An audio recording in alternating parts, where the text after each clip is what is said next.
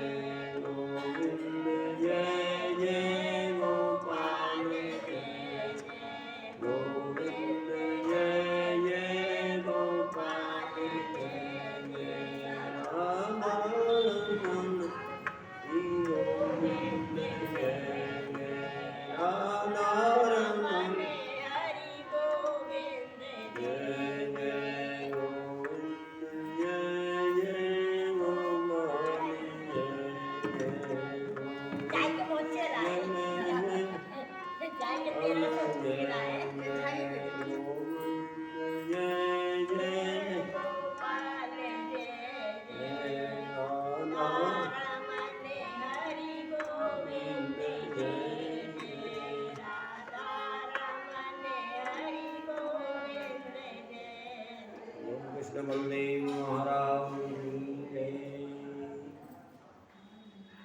एकादशी महात्म्य की जय। एकादशी के महात्म्य में सूतवाच सूत जी ने कहा कि देवकी नंदनम कृष्णम वासुदेवात्मजं हरिं नमस्कृत्य प्रवक्ष्यामि महापातकनाशनम्। देवकी नंद भगवान कृष्ण वासुदेव के जो पुत्र हैं उनको प्रणाम किया है। भगवान कृष्ण को प्रणाम करने के बाद एकादशी का जो महान पापों को नाश करने वाला है उस व्रत को कहता हूँ। कहते हैं युधिष्ठिराय कृष्ण कथितानि महात्मना एकादशी महात्म्यानि नाना पापहाराणि च। भगवान कृष्ण के द्वारा नाना पापों को हरने वाली एकादशी के महात्म्य युधिष्ठिर को बताए गए हैं।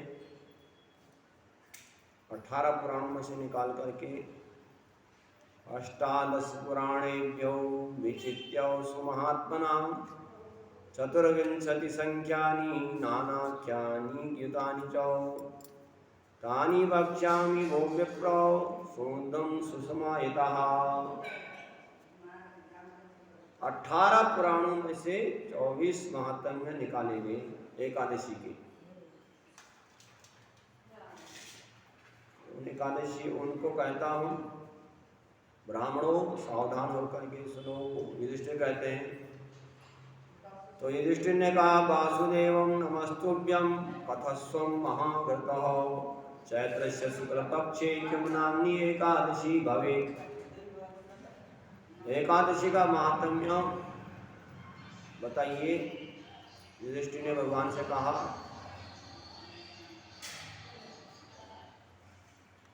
तुमको नमस्कार है, चैत्र मास की शुक्ल पक्ष में कौन सी एकादशी होती है? तो श्री कृष्ण भगवान कहते हैं शृणुस्व एकमना राजन कथमेतां पुरातनीं वसिष्ठो यां कथया प्रागौ दिलीपाय पृच्छते। अब श्री कृष्ण भगवान कहते हैं कि दिलीप राजा ने इस एकादशी के बारे में भगवान जो है वशिष्ठ जी से पूछा, तो जो बताया है उसको मैं तुमसे कहता हूँ।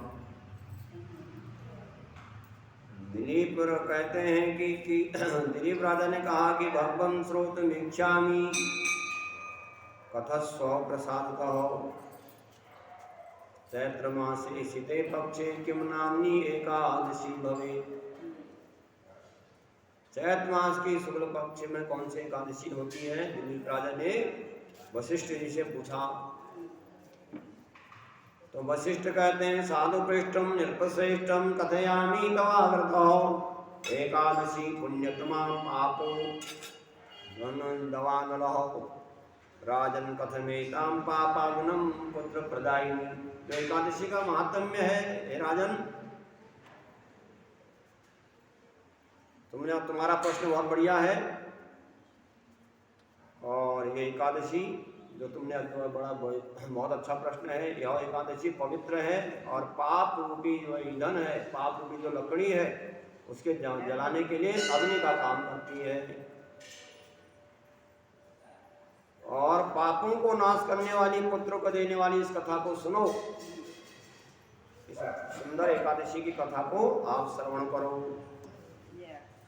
तो ये कथा बताई गई कि पुरा रत्न पुरे रम्ये हेम रत्न विभूषिते पुंडरीक मुखा नागौ निवसन्ति कुलोत्कटाः तस्मिन् पुरे पुंडरीको राजा राज्यं करोति च।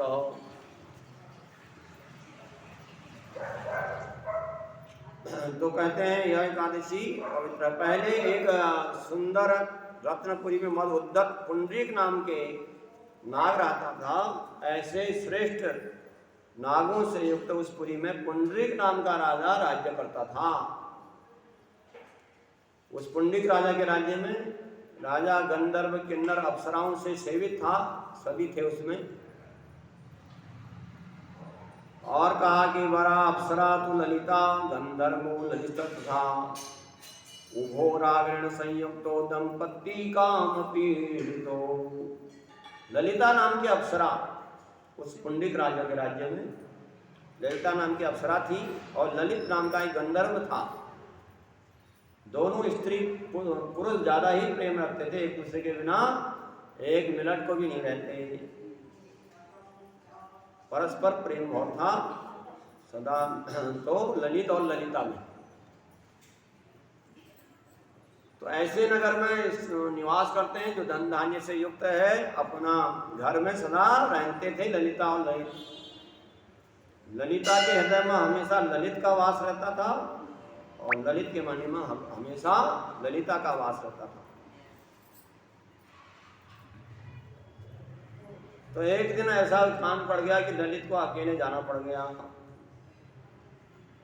और हमेशा उसकी स्त्री बसती है उसके मन में। पुंडरीक राजा के राज्य में जाकर के दरबार में जाकर के दोनों ललित गया था क्योंकि ललिता घर पर थी उस दिन, ऐसा था। तो गंधर्व सभा में क्रीड़ा हो रही थी तो ललित जो है स्त्री के बिना उस समय गाना गा रहा था, तो उसका ध्यान जो है ललिता के प्रति ज्यादा ही था, इसलिए ध्यान नहीं था। तो बंधन पद बंधन आदि स्मरण ठीक से नहीं हो पा रहा है, गाना सही से नहीं हो रहा है क्योंकि ध्यान किधर और मन तो एक ही है, एक जगह गाना पड़ता है और एक जगह बातें हो रही है, एक जगह हो रहा है, तो ऐसे काम नहीं बनता है। तो उसको एक जगह गाना पड़ता है एक को, और दूसरी जगह नहीं होता। तो ललित बिना ललिता के रह रहा था तो उसका ध्यान तो घर में था और गया था पुंडरीक राजा के राज्य में, गाना गा रहा है और अशुद्ध गाना गा रहा है। नागों में श्रेष्ठ कर्कोटक नाग ने इस भाव को जान करके पुंडरीक राजा से उसकी शिकायत कर दी ललित की और कहा ससापम ललितम तत्रम मदना तू चेतसाम राक्षसे बहुब्रुबुद्धे गगान प्रसाद कहो।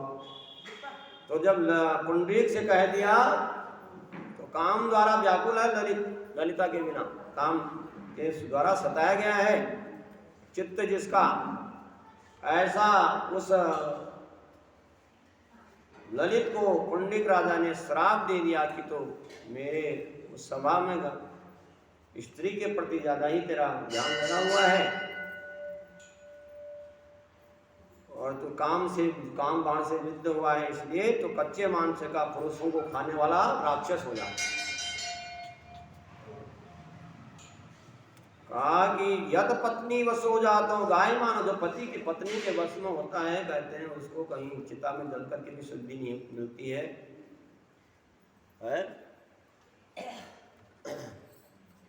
तो इसलिए गाय मानो तो स्त्री के काम के वश में हो गया, स्त्री के वश में हुआ है तो इसलिए राक्षस हो जा, तो राक्षस हो गया ललित। कहते हैं रौद्रानो विरूपाक्षो दृष्टमात्रो भयंकर बाहु योजन विस्तीर्णो मुखम कंदरम सन्निभम चंद्र सूर्य निभे नेत्रे ग्रीवा पर्वत सन्निभा नासारंदे विवरे अधरो योजान। अब जो है ललित का विकराल रूप हो गया, राक्षस का बन गया वो पुंडरीक के श्राप से, भयानक हो गया, नेत्र उसके बिगड़ गए और देखने में ही डर लगने लगा उससे। चार कोस की तो उसकी लंबी बाहें हो गई और उसका मुख भयानक गुफा के समान हो गया और सूर्य चंद्रमा के समान उसके नेत्र हो गए और ग्रीवा पर्वत के समान नाक जो है गुफा के समान हो गए और उसके होंठ 2 कोस के हो गए। तो इस प्रकार श्राप से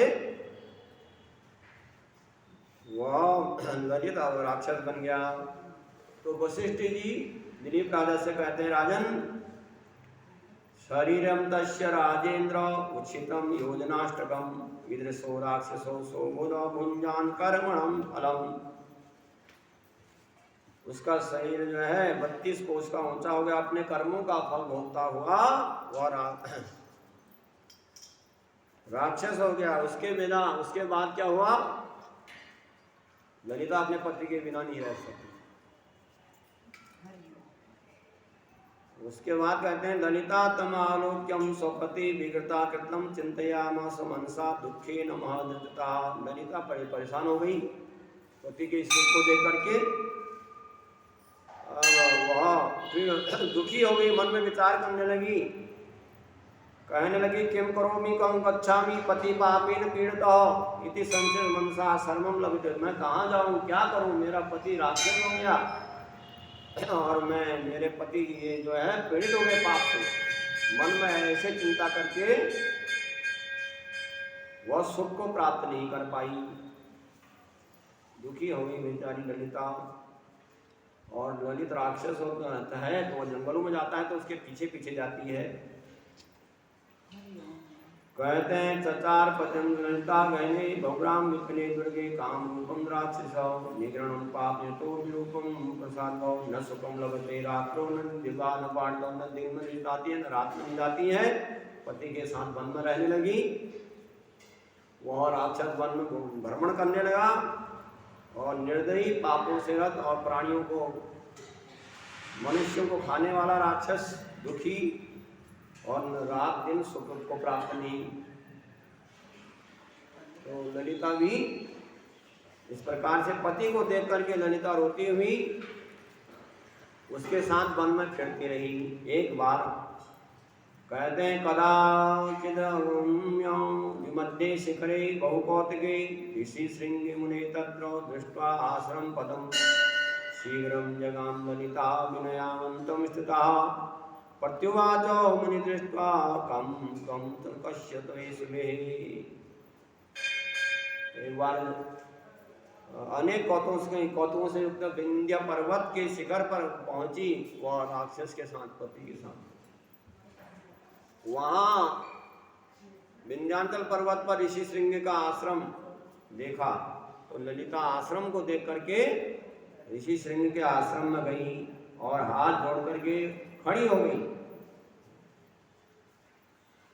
ललिता और कहे शीघ्र प्रत्युवा मुनिकम कश्य किमर्थम समा सत्यम पदम अमा कहो। तो ऋषि श्रृंग के आश्रम में जाकर के ऋषि श्रृंग ने देखा, बोले कि कौन है, किसकी बेटी है, क्यों आई है, मेरे आगे बता, क्योंकि गुरु और डॉक्टर के आगे छिपा करके रोग की चिकित्सा नहीं की जा सकती, कोई बताने से ही उसका उपाय होगा। तो किस लिए आई है बताओ।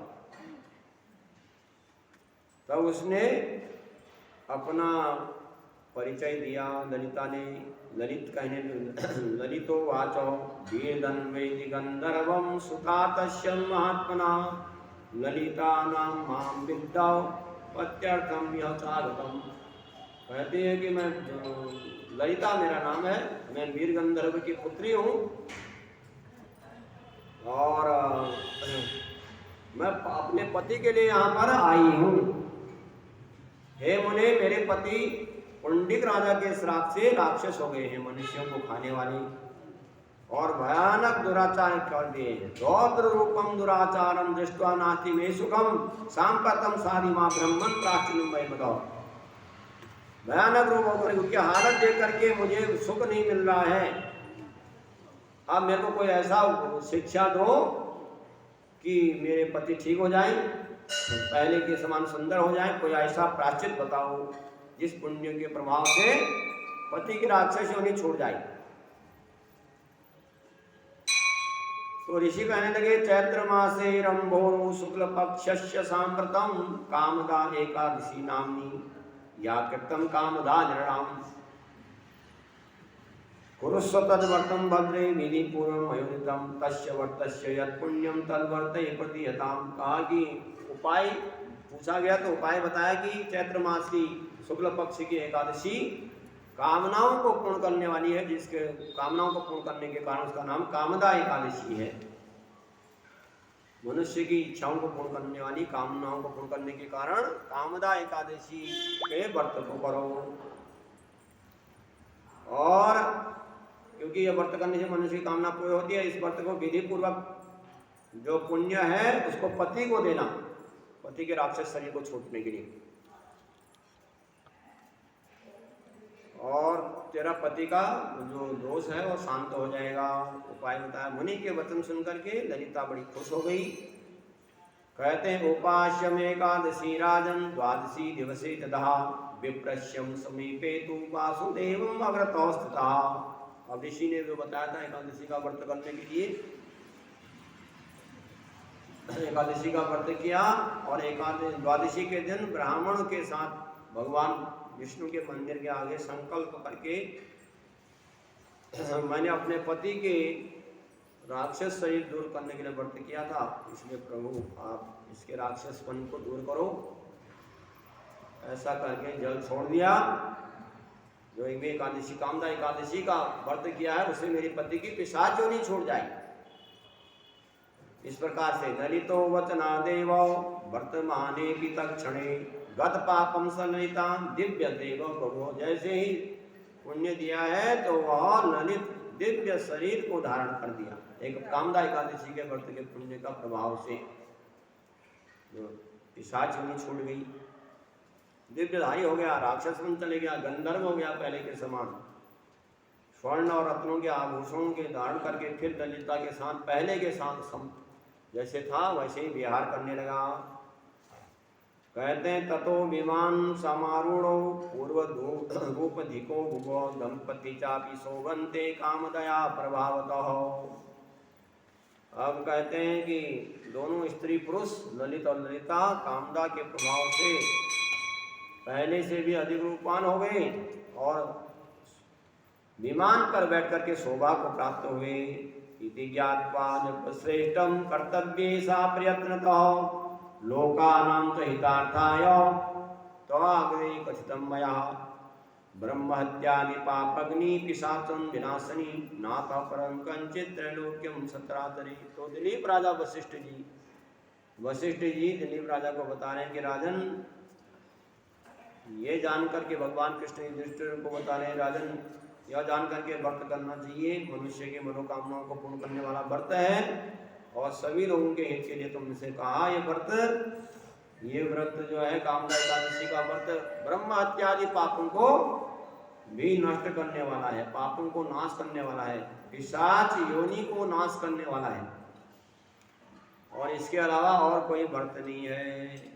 तो पिशाच योनि को कामनाओं को पूर्ण करने वाला कामदा एकादशी का महात्म्य आपसे कहा। इसको सुनने से, इसको पढ़ने से मनुष्य के को वाजपेयी यज्ञ का फल प्राप्त होता है।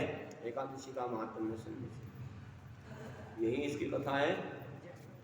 बोलो एकादशी महात्म्य की जय। कथा विसर्जन होते है सुनो वीर हनुमान राम लखन सिया जानकी सदा करो कल्याण सियावर राम जय जय हे प्रभु राम जय जय राम। श्री कृष्ण गोविंद हे मुरारी हे नाथ नारायण वासुदेवा हे नाथ नारायण वासुदेवा हे नाथ नारायण वासुदेवा। श्री कृष्ण गोविंद हे मुरारी हे नाथ नारायण वासुदेव। आज वो ना करिए पंडित जी दूसरे।